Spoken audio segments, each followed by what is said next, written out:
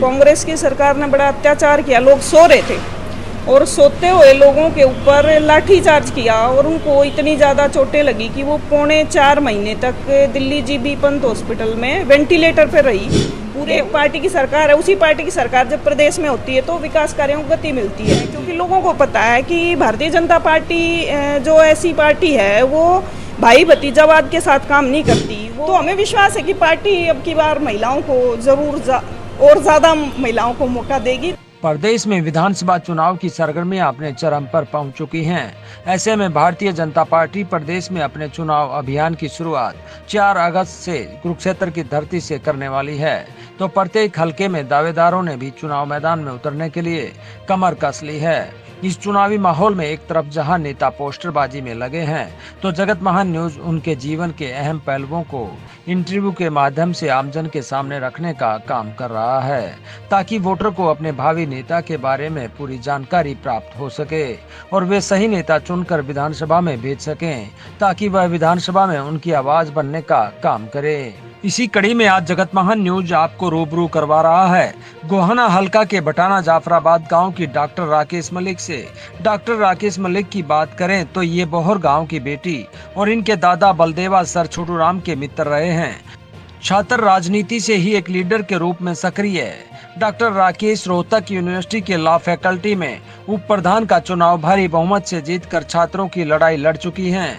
इनका चुनाव लड़ने का सिलसिला यही नहीं थमा, इन्होंने वकील बनने के बाद भी बार का चुनाव लड़ा और सह सचिव बने और वकीलों की राह आसान बनाने में योगदान दिया। लेकिन भारतीय जनता पार्टी के माध्यम से सक्रिय राजनीति में तब आई जब कॉमनवेल्थ गेम के दौरान अनेक घोटाले सामने आए और इनकी सास राजबाला मलिक ने रामदेव आंदोलन में भाग लेते हुए पुलिस की लाठियां झेलकर लगभग 40 दिन तक अस्पताल में जीवन मृत्यु से संघर्ष करते हुए अपनी शहादत दी। ऐसे में इन्होंने आमजन की हालत को देखते हुए पूरी तरह से सक्रिय राजनीति में उतरने का फैसला किया और फिर पीछे मुड़कर नहीं देखा। पार्टी में रूट लेवल पर काम करते हुए आगे बढ़ी और कार्यकर्ता से लेकर जिला महिला मोर्चा, जिला मीडिया प्रभारी, गुरुग्राम फरीदाबाद की प्रभारी सहित जिला सोनीपत और कई अन्य स्थानों पर अहम पद पर रहते हुए पार्टी को मजबूत करने का काम किया। डॉक्टर राकेश मलिक पिछले लोकसभा चुनाव में प्रत्याशी मोहनलाल बड़ोली के साथ कदम से कदम मिलाकर साथ चली और हर परिस्थिति में उनके साथ खड़े रही। गोहाना हलके की निवासी होने के कारण डॉक्टर राकेश मलिक अब गोहाना हलके का भी गुरुग्राम की तर्ज पर विकास करना चाहती हैं। ये यहाँ शिक्षा, स्वास्थ्य और अन्य मूलभूत सुविधाओं पर काम करना चाहती हैं। गोहाना हलके से अभी तक एकमात्र महिला दावेदार होने के नाते ये महिलाओं को भी आत्मनिर्भर बनाकर उन्हें समाज में बराबरी का अवसर देने की सोच रखती हैं। इनका कहना है कि हलके में विपक्ष का विधायक होने के कारण सरकार के सामने सही से पैरवी नहीं हो पाई, जिससे कई अहम प्रोजेक्ट से हलका अभी तक वंचित रहा। जगत महान न्यूज से बात करते हुए उन्होंने देश की बेटी मनु भाकर द्वारा ओलंपिक में दोहरे मेडल जीतने पर शुभकामनाएं दी और गोहाना की जनता को गोहाना में कमल खिलाने पर गुरुग्राम की तर्ज पर विकास होने का भरोसा दिलाया। इस दौरान उन्होंने जगत महान न्यूज से बात करते हुए और क्या कहा, देखिए एक रिपोर्ट। नमस्कार साथियों, आप देख रहे हैं जगत महान न्यूज और मैं हूं आपके साथ तेजवीर सिंह। साथियों, जगत महान न्यूज की टीम पूरे हरियाणा में अलग अलग विधानसभा क्षेत्र में जाकर वहां से दावेदारों को आपके सामने रूबरू करवाती आई है। आज भी हमारी टीम पहुंची है गोहाना हलके में। गोहाना हलका जिस प्रकार से लोकसभा चुनाव में परिणाम जो है बीजेपी के पक्ष में यहाँ पर आया है, काफ़ी वोट बीजेपी के पक्ष में यहाँ पे पड़ी हैं, तो यहाँ दावेदारों की एक लंबी फहरिस्त देखी जा रही है और उन्हीं दावेदारों में से एक हमारे साथ आज मौजूद हैं डॉक्टर राकेश मलिक, जो कि आजकल एसजीटी यूनिवर्सिटी में एक प्रोफेसर के रूप में काम भी कर रही हैं और साथ के साथ पार्टी की नीतियों को आगे बढ़ा रही हैं। अगर हम बात करें तो आज राकेश मलिक से हम बात करेंगे और जानेंगे कि गोहाना हलका में ये क्या सोच रखती हैं और किस तरह का गोहाना ये बनाना चाहती हैं और इनकी गोहाना में कहाँ से जड़ें जुड़ी हुई हैं। सबसे पहले डॉक्टर राकेश जी, आपका स्वागत। जी नमस्कार तेजवीर जी, और सारे दर्शकों को नमस्कार, राम राम। सारे हरियाणा वालों को, सारे गोहाना वालों को मेरी राम राम। जी, तो डॉक्टर राकेश जी, आपने गोहाना से अपनी दावेदारी जताई है, आपने ऑफिस भी यहाँ पे बना दिया है। ठीक है, इसका उद्घाटन होना बाकी है, लेकिन हम आपसे जानना चाहेंगे कि आपकी यहाँ गोहाना हलके में कहाँ से जड़ें जुड़ी हुई हैं, किस गांव से आप आती हैं और क्या गोहाना के लिए करना चाहती हैं, तो आप थोड़ा सा प्रकाश डालें। जी, मैं गोहाना हलके में गांव बटाना जाफराबाद है, जहाँ पे मेरी शादी हुई है, तो मेरी ससुराल का गांव है ये। और वहाँ से वो पैतृक मतलब समझो मेरे पति का गांव है। जी, ये राजनीति का जो एक सोच बनी, ये कहाँ से आपके अंदर बनी, कहाँ से आपको प्रेरणा मिली कि आम जन के लिए आपको अपनी सुख सुविधाएं छोड़ के अपनी जॉब को भी अवॉइड करते हुए आपने जनता के लिए मैदान में उतरने की सोची? जी, मैं छात्र जीवन से राजनीति से जुड़ी रही, छात्र राजनीति में सक्रिय रूप से काम किया। महर्षि दयानंद यूनिवर्सिटी में लॉ की पढ़ाई करते हुए मैंने वहाँ छात्र संघ का चुनाव लड़ा था 1993 में जी। और वहाँ सारे मतलब छात्रों के दुआएं और उनका सहयोग रहा और मैंने बड़े भारी बहुमत से वो चुनाव जीता था। जी। हाँ क्या जी। हमें पता चला कि आपने जो है वकालत भी की और उसके बाद वहाँ पर भी बार का चुनाव लड़ा?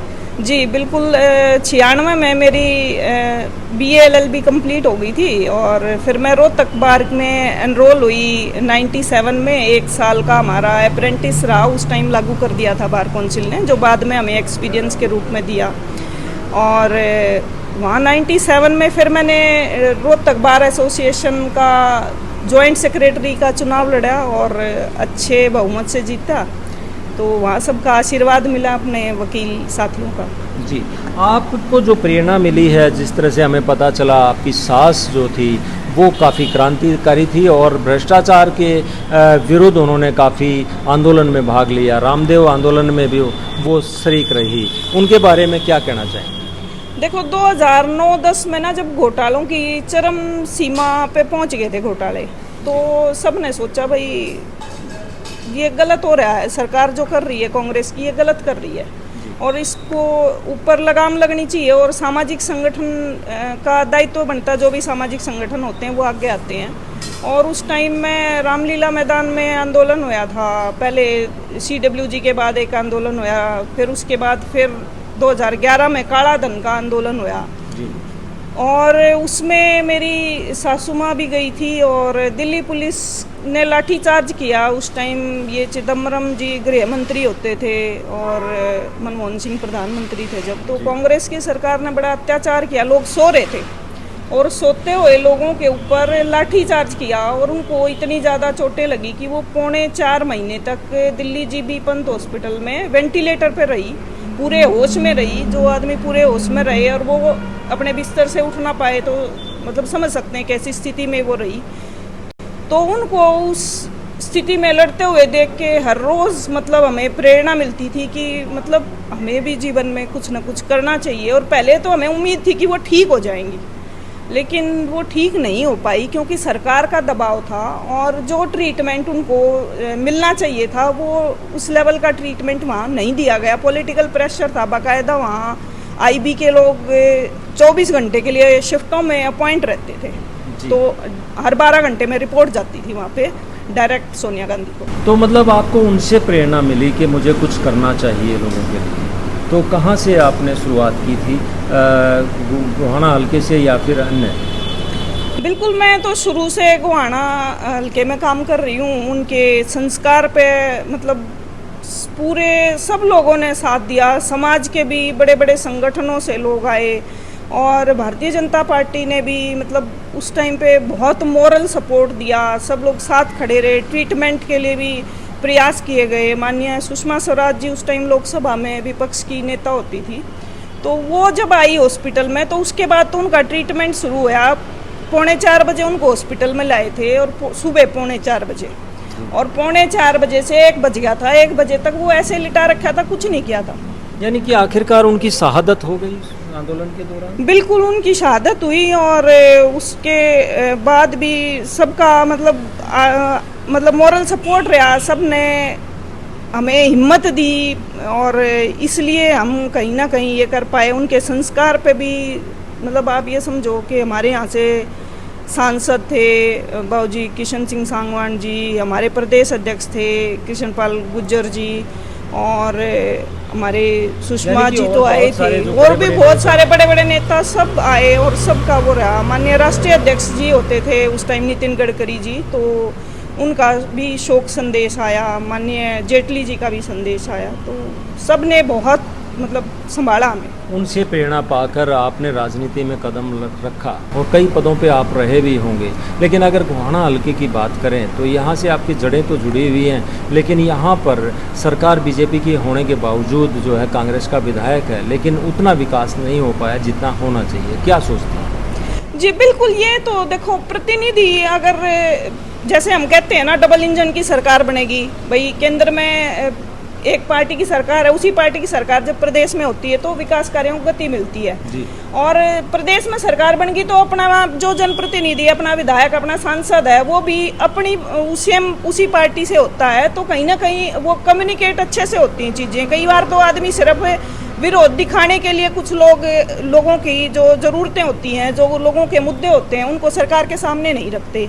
अब जैसे यहाँ से जो हमारे विधायक हैं तो वो कांग्रेस पार्टी से आते हैं, तो लोगों की जो समस्याएं हैं वो कहीं ना कहीं वो पार्टी को, दूसरी पार्टी को, भाई सत्ताधारी पार्टी को नीचा दिखाने के लिए या अपने राजनीतिक मुद्दों की वजह से वो उन समस्याओं को सही तरीके से नहीं रखते हैं। लेकिन गोहाना हल्के की अगर बात करें तो यहाँ अपराध का ग्राफ काफ़ी बढ़ा था, हालांकि कुछ हुआ है, इनकाउंटर वगैरह हुए और काफ़ी कंट्रोल में भी आया है, लेकिन यहाँ पर सुरक्षा, शिक्षा और चिकित्सा पे काफ़ी काम करने की ज़रूरत है। आप क्या सोचती हैं?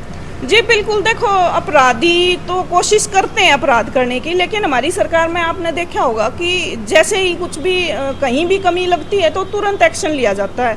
महिला थाने बनाए इसीलिए कि महिलाओं की सुरक्षा जो है सबसे प्राइमरी है, और हमारे माननीय मनोहर लाल जी ने सबसे पहले यहाँ महिला थानों की स्थापना की। जी, अभी जो है कवायद चली है कुछ बीजेपी में चेहरा बदलने की है, मुख्यमंत्री जी को नया मुख्यमंत्री प्रदेश को मिला, नायब सिंह सैनी के रूप में प्रदेश अध्यक्ष बनाए हैं मोहनलाल बडोली जी। किस प्रकार से देखते हैं, क्या सामान्य प्राणी को लगता है कि ये उनका चेहरा है? बिल्कुल, देखो माननीय मनोहर लाल जी ने भी पार्टी संगठन से वो आए थे, और आप देखो पहली बार वो विधायक बने थे और सीधा मुख्यमंत्री बने थे, और उन्होंने बहुत जिम्मेवारी के साथ काम किया। इतने सार्वजनिक काम हुए हैं पूरे हरियाणा में, मतलब मिसाल दी जाती है दूसरे प्रदेशों में। हमारी जो ट्रांसफ़र पॉलिसी है, हमारी और भी कई सारी पॉलिसीज़ हैं, वो दूसरे स्टेट्स को हमारे यहाँ से मांगी गई हेल्प, और वहाँ हमारी सरकार ने उनको गाइड किया कि कैसे करना है। और हमारी पार्टी में मतलब ये नहीं है कि बाप मुख्यमंत्री है तो बेटा बनेगा, तो ऐसा नहीं है। संगठन में लगा कि हाँ, जो कार्यकर्ता सबसे उपयुक्त है, जो कार्यकर्ता और जिम्मेवारी के साथ काम कर सकता है, तो माननीय मनोहर लाल जी के बाद पार्टी ने माननीय जो हमारे अभी नायब सिंह सैनी जी हैं उनको सीएम बनाया। ऐसे ही बिल्कुल धरातल से उठे हुए कार्यकर्ता हैं वो वहाँ छोटे से काम से स्टार्ट किया था उन्होंने पार्टी में, और आज वो मुख्यमंत्री के उस तक पहुँचे। उससे पहले वो प्रदेश अध्यक्ष भी बने, उससे पहले सांसद रहे और अनेक पदों पे वो रहे। अभी ऐसे ही हमारे प्रदेश अध्यक्ष जी को आप देख सकते हो, माननीय मोहनलाल जी, तो ये भी आप मंडल के कार्यकर्ता से इन्होंने शुरुआत की थी। जी, अभी लोकसभा चुनाव के परिणाम आए, 5 सीटें कांग्रेस, 5 सीटें बीजेपी ने जीते। कांग्रेस भी काफ़ी उत्साहित है, तो आप क्या देखते हैं कि अभी जो विधानसभा चुनाव में परिणाम कुछ अलग होने वाले हैं? हाँ, डेफिनेटली अलग होंगे। देखो लोकसभा चुनाव में कुछ मुद्दे अलग थे, लोकसभा के मुद्दे अलग होते हैं, विधानसभा के मुद्दे अलग हैं, और लोग बिल्कुल सहयोग करने के लिए तैयार हैं, क्योंकि लोगों को पता है कि भारतीय जनता पार्टी जो ऐसी पार्टी है वो भाई भतीजावाद के साथ काम नहीं करती, वो सिर्फ मेरा ही विकास हो इस तरीके से काम नहीं करती, सबका साथ सबका विकास के एक जिम्मेदारी के साथ, वो गारंटी के साथ काम करती है। माननीय प्रधानमंत्री जी का एक विश्वास है लोगों में, और यहाँ हरियाणा में भी लोगों ने देखा है कि कितनी मतलब जिम्मेवारी के साथ यहाँ सार्वजनिक काम हुए, और जो नौकरियाँ मिली जैसे वो बिना पर्ची बिना खर्ची के मिली, ईमानदारी से। मतलब पहली बार आप यूँ देखोगे कि हाँ, एक गांव का बच्चा जो IAS सेलेक्ट हो रहा है, जिसकी कोई सिफारिश नहीं है, कुछ नहीं है। एक रिक्शा वाले का बच्चा है, वो ऊंचे पद पे जा रहा है, वो सब इंस्पेक्टर लग रहा है, तो बिना पैसे के ईमानदारी से काम हुआ है और लोगों को पता है। तो लोग साथ हैं बिल्कुल। जी, आप वैसे महिला प्रतिनिधि के रूप में यहाँ पे गोहाना हल्के से अपनी दावेदारी ठोक रही हैं, अन्यथा आप लड़ती आई हैं, हर एक व्यक्ति के लिए लड़ाई लड़ती आई हैं अभी तक अलग अलग क्षेत्र में, तो आप किस प्रकार से देखते हैं महिलाओं की स्थिति को और महिलाओं के लिए क्या आप विशेष करना चाहिए अगर मौका मिलता है? जी बिल्कुल, देखो वैसे तो जो भी प्रतिनिधि होता है तो उसको सबके लिए काम करने की ज़रूरत होती है, लेकिन हम लॉ के फील्ड से आए हैं तो वहाँ भी हम पढ़ते हैं वल्नरेबल क्लास जो होती है, मतलब कि जिस क्लास को थोड़े से सहारे की ज़रूरत होती है तो उनके लिए ज़्यादा काम करने की ज़रूरत होती है। जैसे आरक्षण की बात करें तो जहाँ कमज़ोर वर्ग होता है तो उसको आरक्षण दिया जाता है कहीं ना कहीं नौकरियों में या शिक्षा में। ऐसे ही महिला भी समाज में उसको सशक्तिकरण की ज़रूरत है, क्योंकि मुगल काल में जो महिलाओं की बेटियों की सुरक्षा के लिए जो रिवाज शुरू हुआ उसके बाद से वो उनका कहीं ना कहीं विकास कम पड़ गया और वो घर की चारदीवारी तक कैद हो गई।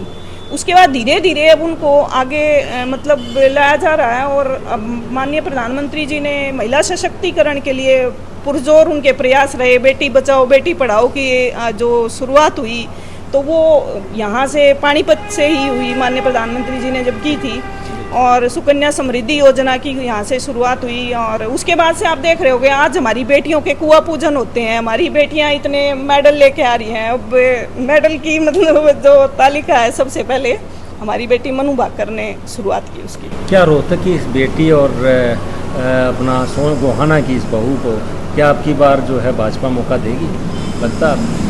देखो माननीय प्रधानमंत्री जी की भी मैं बात कर रही थी, बीच में हमारी बात रह गई, तो नारी शक्ति वंदन बिल हमारी सरकार ने पास किया 2023 में, और वो इसी को देखते हुए क्या कि कहीं ना कहीं महिलाओं को की भागीदारी और बढ़ाने की ज़रूरत है, क्योंकि महिलाएं जो हैं उनका मानना है कि महिलाएं ज़्यादा जिम्मेवारी के साथ काम करती हैं, महिलाएं ज़्यादा निष्ठा के साथ काम करती हैं। तो इसलिए ही नारी शक्ति वंदन बिल पास किया गया, जो कि आगे परिसीमन के बाद लागू होगा। लेकिन हमें विश्वास है कि कहीं ना कहीं ठीक है, वो एक टेक्निकल वो है, वो जब लागू होगा तो हमें विश्वास है कि पार्टी अब की बार महिलाओं को ज़रूर और ज़्यादा महिलाओं को मौका देगी, ताकि महिलाओं के जो मुद्दे हैं उन पे काम किया जाए और ज़्यादा जिम्मेवारी से काम हो, इसलिए महिलाओं को मौका देगी पार्टी। किसान नाराज चल रहे थे, अभी भी आंदोलन पे हैं, हालांकि सरकार ने जो है सम्मान निधि को बढ़ाया है, कर्मचारी नाराज चल रहे थे, डॉक्टर हड़ताल पे हैं। इस तरह के माहौल में आप क्या मानते हैं कि फिर से तीसरी बार भाजपा सरकार बनेगी? देखो जो वोटर हैं और एक तरफ सरकार है एक तरफ वोटर है ना, तो वो यहाँ के मतलब रेजिडेंट्स हैं, यहाँ के जनता है, जनता के लिए ही सरकार काम करती है। सरकार क्यों है? जनता के लिए काम करने के लिए सरकार होती है जी।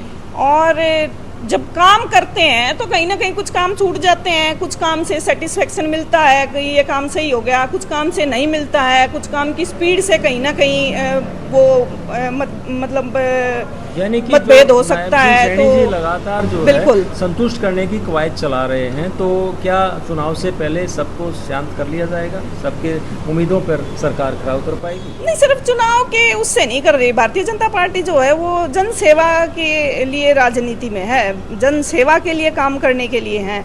और माननीय प्रधानमंत्री जी दिन रात लगे रहते हैं, कभी छुट्टी नहीं ली। ऐसे हमारे सैनी साहब, हमारे जो माननीय मुख्यमंत्री हैं, वो यूँ कहते हैं कि अभी लोग कहते हैं जैसे कि भाई 2 महीने 2.5 महीने बच गए चुनाव के, तो वो यूँ कहते हैं 2.5 नहीं 5 बच गए, क्योंकि दिन में भी काम करो रात में भी काम करो। तो वो इस नीति से काम करते हैं। और ये चुनाव सिर्फ मुद्दा नहीं है, हमारे अंदर से ये है कि हमने काम करना लोगों के लिए, मनुष्य के रूप में जीवन लिया है, भगवान ने दिया है ये आशीर्वाद हमें, तो हमें कुछ अलग करके जाना चाहिए जी।